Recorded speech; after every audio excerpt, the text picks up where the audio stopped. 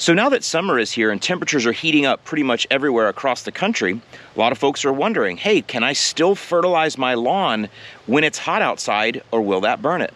I'm Alan Hain, the Lawn Care Nut, and today we're going to address that topic. So hit that like button and let's get into it.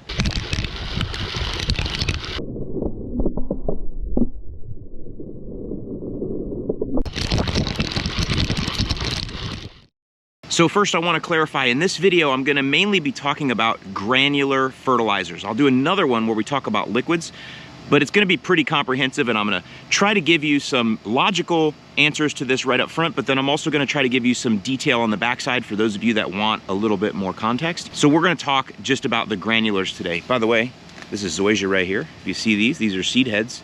Nothing to worry about, just mow them off, mulch them back in. So I think the first thing I should do is just address this logically, so those of you that want the answer and want to get out, you can.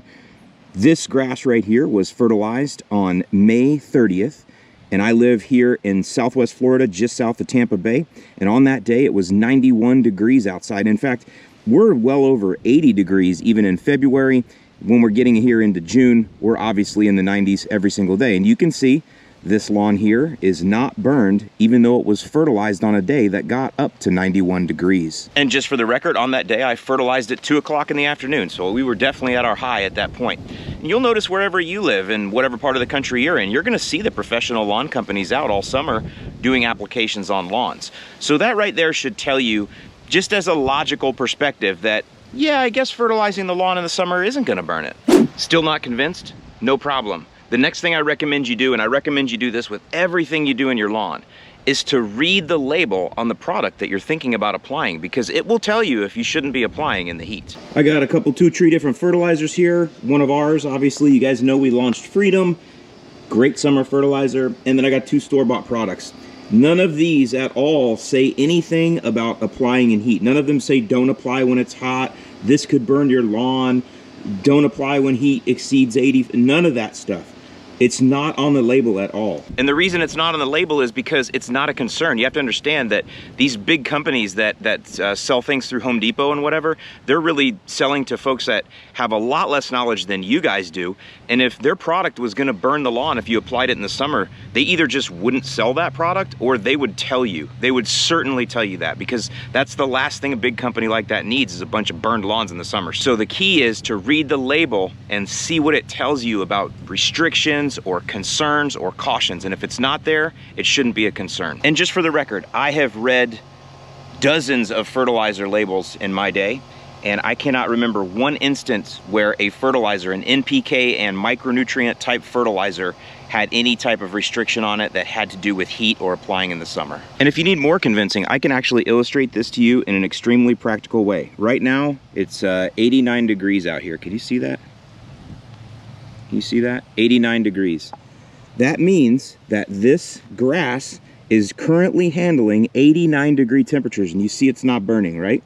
It's handling that fine. If I come over here in the garage and I grab a little fertilizer, this is a little leftover of our starter fertilizer that I have. Now in the garage, these prills are probably 80 degrees or so. They actually feel cool because they've been in that bag. Maybe they're 70 degrees. Doesn't really matter. They're definitely inside the garage and they're cooler. Now if I take these out here, and I bring them out here, what's the hottest that they're gonna get? That's right, 89 degrees, because that's how hot it is out here. So if these prills are 89 degrees, how would 89 degree prills burn a lawn that's already handling 89 degree temperatures? It's like sometimes people think the fertilizer is magic hot bullets or something, and it's gonna heat up to some 250 degree lava when you put it out there. It's not the case. It's a physical thing that can only get as hot as its surroundings, just like everything else in the world. So there isn't gonna be any extra heat generated when you apply outside. Now, some of you might be thinking, yeah, but Alan, what if some of those prills actually sit on the grass blades? Well, there's actually 3 things to think about there. Number 1 is they're only gonna be 89 degrees, but number 2, without water, they're not gonna release their nutrient. I'll set these right here, and you will see I could come back 2 or 3 hours from now and they'll still be sitting there just like that. They will not have changed. It's not like something happens that they break down. They gotta have water for that. And thirdly, I'll show you that the prills don't actually hang up top anyway.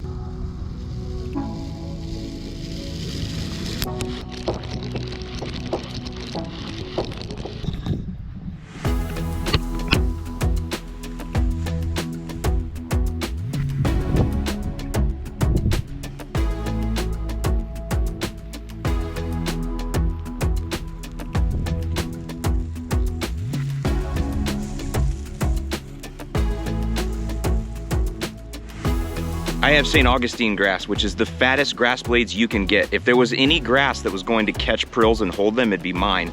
And you will see it is very difficult to find one when you apply. Pretty much most of the prills, they fall down into the turf, fall down through the canopy immediately upon impact.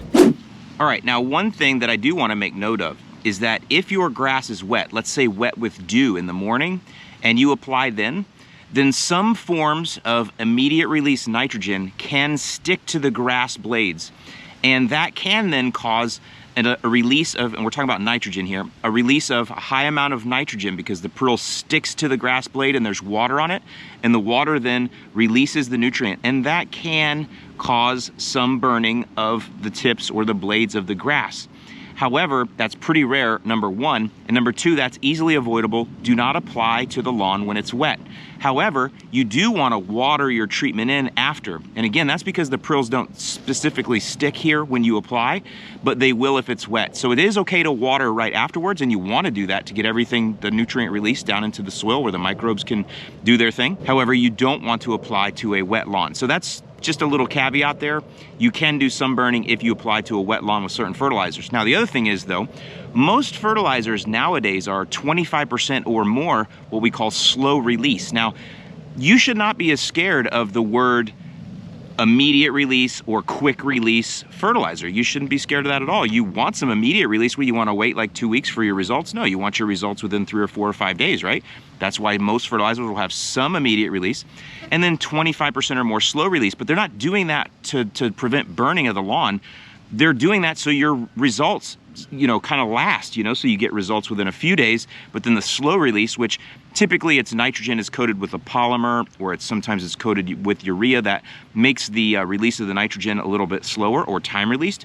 That's so your treatment can last 35 or even 45 days, or there's some that now that are coated where they'll release over 6 months. So think about it in those terms. Don't be scared of quick release versus slow release. Those are terms we use, but they don't have anything to do with burning the lawn. But there is something you should consider in summer when it does come to the nutrient load that you apply. You see, just because a fertilizer isn't going to burn the lawn, it doesn't mean it's going to be best for summer. So for example, with cool season lawns, I recommend you guys back your nitrogen down and you do go with slow release nitrogen in the summer. Again, not because of burn, but because cool season lawns, their growth periods are in spring and fall, and in summer they kind of chill. So you do want to feed them, but you don't want to blast it with a ton of nitrogen when the lawn is kind of suffering from heat. And just so you guys know, cool season lawns, they can do okay over 85 degrees, but it starts getting up over 90 and they really don't want to eat. They are not looking to do anything but just chill and make it through. So you don't want to blast them with a bunch of nitrogen. So you use slow release, lower amounts of nitrogen on cool season lawns in the summer, and you go for like higher potassium, things that are going to help it through that stress. Whereas warm season turf, you can actually put down quite a bit of nitrogen in the summertime, and you should.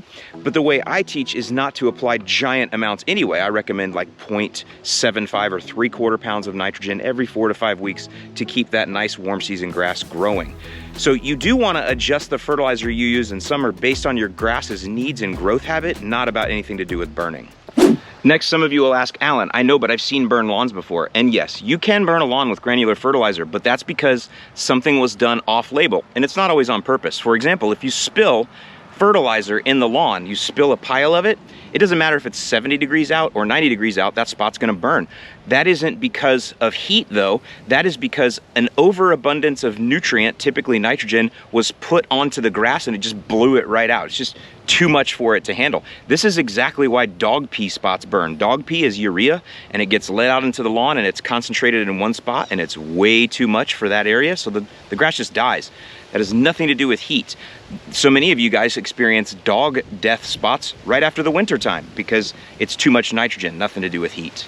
Okay, last little piece of advice I want to give you here, and this is just kind of related. You should never apply fertilizer to a lawn that is completely brown and dormant. So it's not going to be so much of a deal here with warm season turf because most of us, our grass is not dormant unless we're just zero water. But you guys with cool season lawns, you're going to be coming into the summer here, and some of you, you're not going to be able to keep up with irrigation, or I don't know, we might have a hot summer where no matter what happens, a lot of your lawns are going to go dormant. So if you have a lawn that is dormant in the summer, that's okay. but you don't want to be fertilizing that because it's just a waste. Why would you be trying to push a lawn with fertilizer when it's not even growing, it's dormant, right? So what you want to do in those cases is you want to wait until you're able to water your way through it. Either you get rain or you got your watering down, you got new sprinkler system, whatever. Now you're going to start bringing it out of summer dormancy.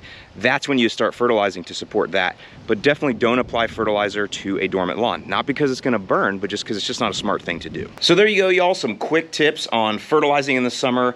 Hopefully it takes away some of the fear you have about burning the lawn, because that is not a concern. Just keep going, just keep feeding, just keep watering, and keep mowing, and everything will be fine.